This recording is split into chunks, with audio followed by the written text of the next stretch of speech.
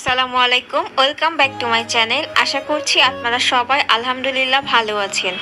আমিও আল্লাহর রহমতে ভালো আছি। চলে এলাম নতুন একটা রান্না নিয়ে আপনাদের মাঝে। দেখতে পাচ্ছেন আজকে আমি রান্না করব রুই মাছের টিকিয়া কাবাব।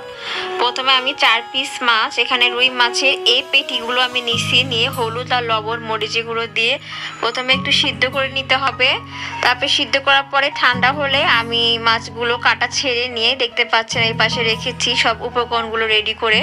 তো একটা ডিম দিতে হবে, তার জন্য ডিম ভেঙে নিতে হবে ওই পাশে। আর কাঁচামরিচ গোল গোল করে কেটে নিতে হবে। পেঁয়াজ কুচি আর রসুন কুচি দিতেও পারে, না দিলেও সমস্যা নেই। আর ধনেপাতা কুচি দিয়েছি ওখানে দেখতে পাচ্ছেন।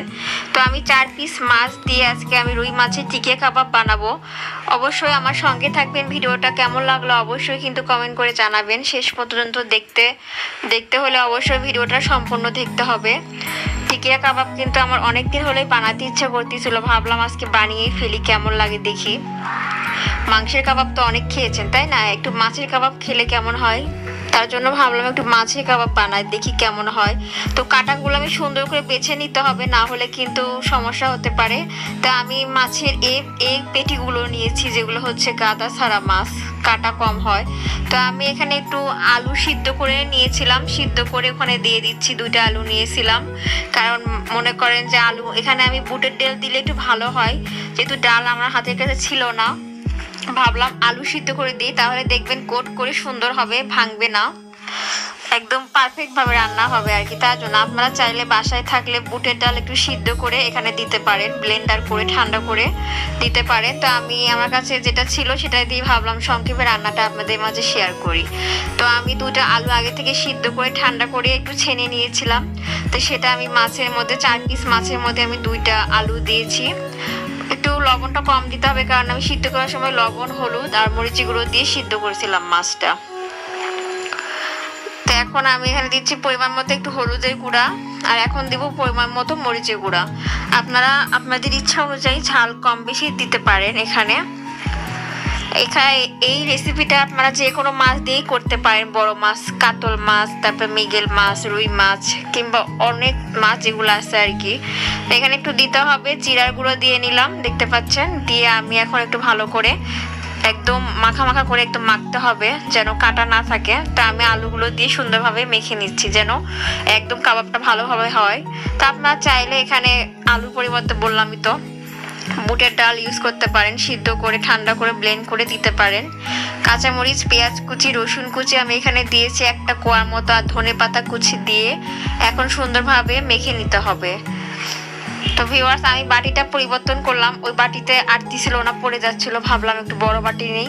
তো ডিমটা আপনারা এইভাবে অল্প অল্প করে দিবেন, যেহেতু এখানে আমার খিমারটা দেখতে পাচ্ছেন কম মনে হচ্ছে, কারণ পুরো একটা ডিম যদি আমি দিই তাহলে কিন্তু একদম লেটকা হয়ে যাবে, তখন আপনার শেপ করতে পারবেন না কাবাবের আকারে। তার জন্য একটু একটু করে দিতে হবে।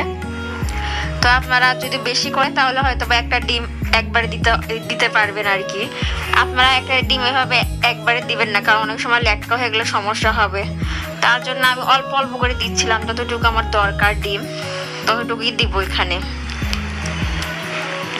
তো আমার মনে হচ্ছিল একটু কাবাবটা মানে একটু পিছলা হয়ে গেছে বেশি, এই জন্য উপর দিয়ে একটু আমি দিলাম আর কি, বেসনটা অ্যাড করেছি এখানে। আপনারা চাইলে চালের গুঁড়াও ইউজ করতে পারেন বা ময়দাও ইউজ করতে পারেন এখানে। তো ময়দাটা দিলে কি হবে, মানে বেসনটা দিয়েছি এই কারণে যেন সুন্দরভাবে একদম শুকনা হয়, আমার কাবাবের আকারটা মানে পারফেক্ট ভাবে যেন আমি বানাতে পারি। তার জন্য আর কি আমি একটু ময়দা বললাম, বেসনটা দিয়ে দিয়েছি এখানে একদম। এখন আমি হাতটা ধুয়ে নিব, ধুয়ে হাতে একটু সয়াবিন তেল দিয়ে দিব, তাহলে সুন্দরভাবে আমি কাবাবের শেপটা বানাতে পারবো। ফিরে আসছি কিছুক্ষণ পরে, সঙ্গে থাকুন ভিউয়ার্স।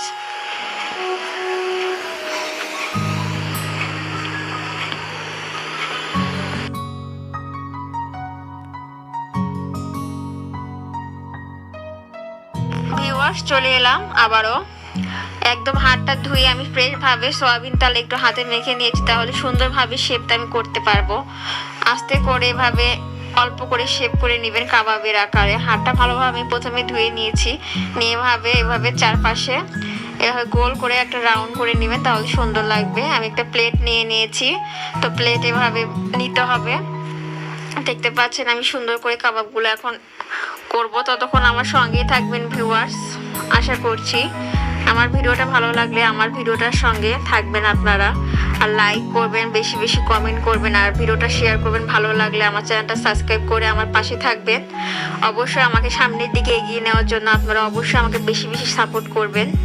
আপনারা চাইলে সব কিছুই সম্ভব, আর আমার জন্য বেশি বেশি দোয়া করবেন ভিউয়ার্স। দেখতে পাচ্ছেন এভাবে আপনারা সুন্দর করে আস্তে আস্তে করে একটা একটা করে শেপ করে নিতে পারেন।